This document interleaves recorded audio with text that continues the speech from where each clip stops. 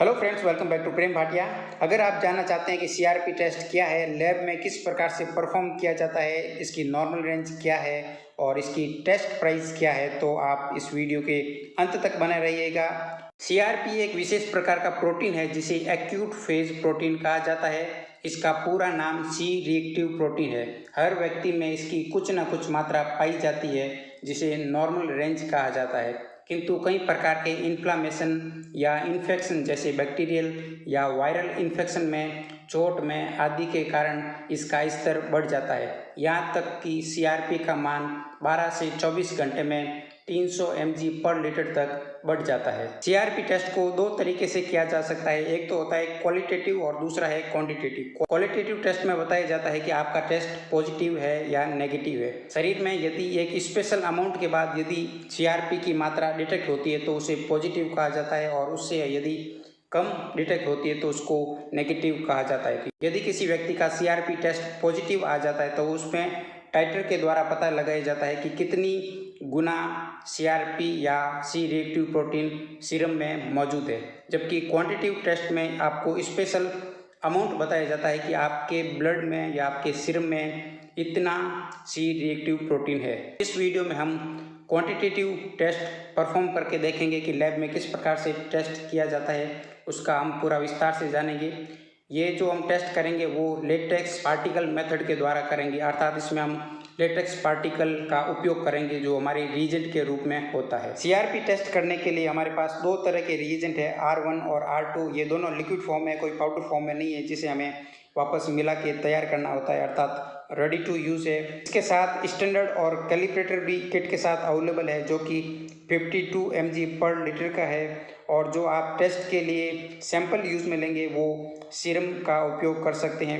एक ब्लड के सैंपल को आप लेकर सेंट्रीफ्यूज करके सीरम प्राप्त कर सकते हैं और उसके द्वारा टेस्ट को परफॉर्म कर सकते हैं। दो तरीके के रिएजेंट में हमारा पहला रिएजेंट R1 है जिसमें डेल्यूंट है जो कि मुख्य रूप से ट्राइस बफर होता है और उसमें सोडियम एजेट के रूप में प्रिजर्वेटिव होता है।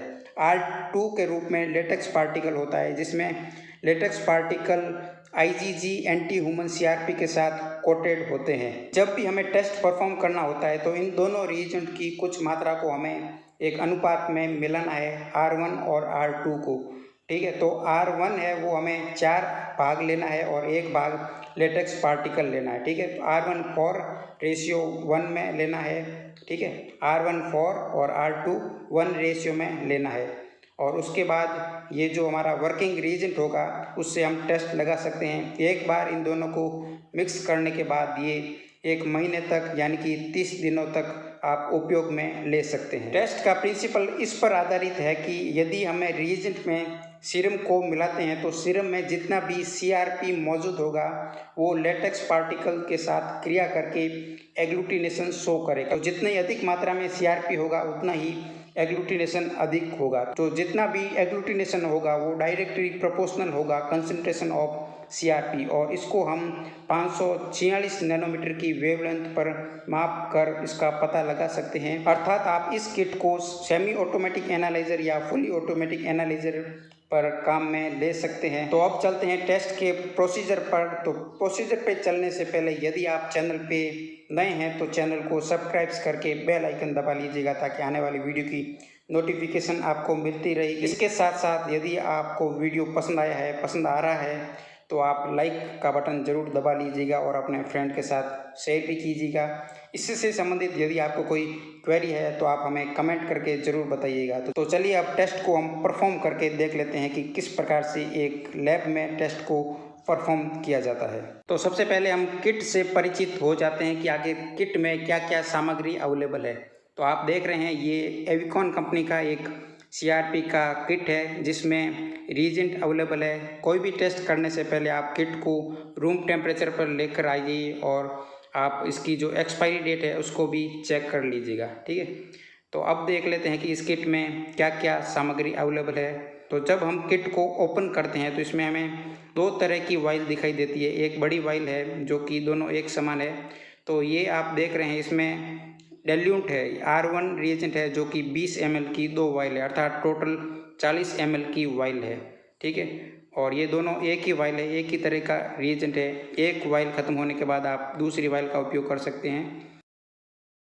और इस वाइल में है CRP का लेटेक्स पार्टिकल, जो कि हमारा मेन रिएजेंट है। और जो हमने पहले बोतल देखी थी उसमें केवल डाइल्यूट है, जिसका अभी हमने जिक्र किया था, और इसमें है लेटेक्स पार्टिकल। इसके साथ ही इसमें कैलिब्रेटर अवेलेबल है, जो कि जब आप किट को ओपन करते हैं तो अब आप अपनी सेमी ऑटोमेटिक एनालाइज़र या फुली ऑटोमेटिक एनालाइज़र को इस रीजेंट के अनुसार इस कैलिब्रेटर से आप अपने मशीन को कैलिब्रेट कर लीजिएगा और उसके बाद ही इस किट को उपयोग में लीजिएगा, ताकि आपकी जो रीडिंग सही आएगी। और अंतिम पार्ट में ये लिटरेचर है, जिसे आप यूज़ करने से पहले ज़रूर पढ़ लीजिएगा कि क्या क्या इंस्ट्रक्शन फॉलो करने हैं आपको। तो अब हम इस किट का उपयोग भी कर लेते हैं। तो टेस्ट लगाने के लिए आपको किसी माइक्रोपिपेट को 400 माइक्रोलीटर पे सेट कर लीजिएगा।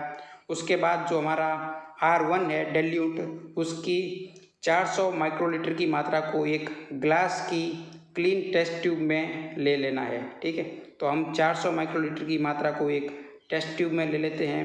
और उसके बाद हमारा जो दूसरा रिएजेंट है R2, उसकी भी हमें इसमें मात्रा लेनी है 100 माइक्रोलीटर। ठीक है, तो इस प्रकार से हमारा जो टोटल वॉल्यूम हो जाएगा 500 माइक्रोलीटर का। ये हमारा दूसरा रिएजेंट है R2, जिसमें लेटेक्स पार्टिकल है।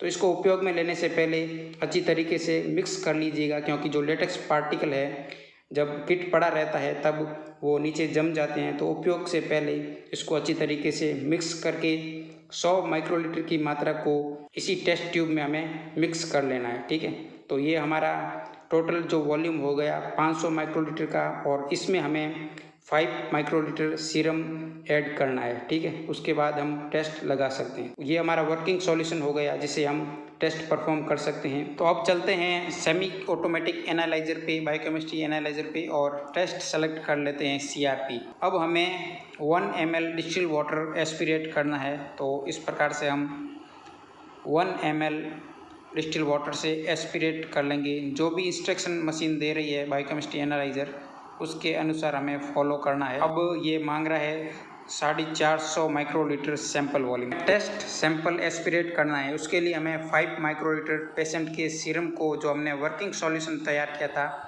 उसमें मिला के एस्पिरेट कर लेना है। तो इस प्रकार से हम एस्पिरेट कर लेंगे। जो हमने 500 माइक्रोलीटर का वर्किंग सॉल्यूशन बनाया था, उसमें से जब हम सीरम को ऐड कर लेंगे तो इसके बाद ये मशीन द्वारा 450 माइक्रोलीटर का वॉल्यूम एस्पिरेट करेगा और उसके बाद रीडिंग स्टार्ट हो जाएगी। तो पहले डिले टाइम और उसके बाद जो फाइनल रीडिंग स्टार्ट होगी, तो आप देख रहे हैं इसमें ग्राफ बनना स्टार्ट हो गया है। और जो हमारा टोटल टाइम है 120 सेकंड का, उसको हमने वीडियो को स्किप करके इस प्रकार से हमने फाइनल रिजल्ट प्राप्त करके देखेंगे कि हमारा जो पेशेंट का CRP की वैल्यू कितनी है।